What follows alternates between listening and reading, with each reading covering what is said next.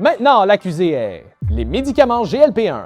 Les médicaments GLP-1 sont accusés d'encourager une solution facile, de décourager les changements d'habitude de vie et de créer une dépendance à long terme aux médicaments. La défense répond plutôt qu'ils représentent l'une des plus grandes avancées dans le traitement de l'obésité, qu'ils améliorent la santé de millions de personnes et qu'ils offrent enfin une solution efficace à ceux qui ont tout essayé. Alors, les GLP-1 sont-ils réellement coupables ou sont-ils simplement victimes de leur propre succès? Le débat commence.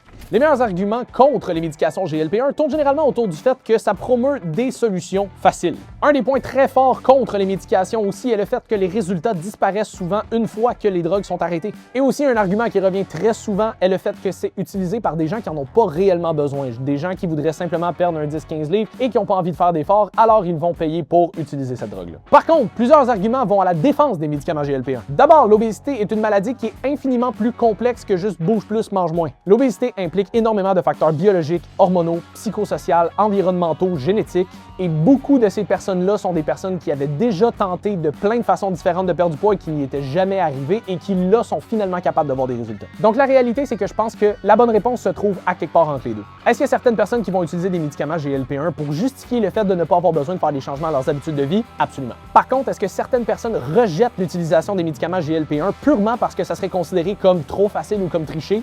Oui. Donc, pour un verdict, à mon avis, les médicaments ne sont absolument pas coupables d'être efficaces. Ils sont super efficaces pour aider les gens à perdre un peu de poids et potentiellement améliorer leurs marqueurs de santé. Là où les médicaments pourraient potentiellement être plus coupables, c'est dans le fait de tenir pour acquis que c'est une pilule magique où est-ce que tu n'auras absolument pas besoin de faire d'efforts ou de changer quoi que ce soit dans ton mode de vie. Parce qu'encore une fois, un outil est seulement aussi utile que l'utilité que tu en fais. Et si tout ce que tu fais, c'est l'utiliser comme béquille et tu ne changes absolument rien, tu vas en dépendre toute ta vie.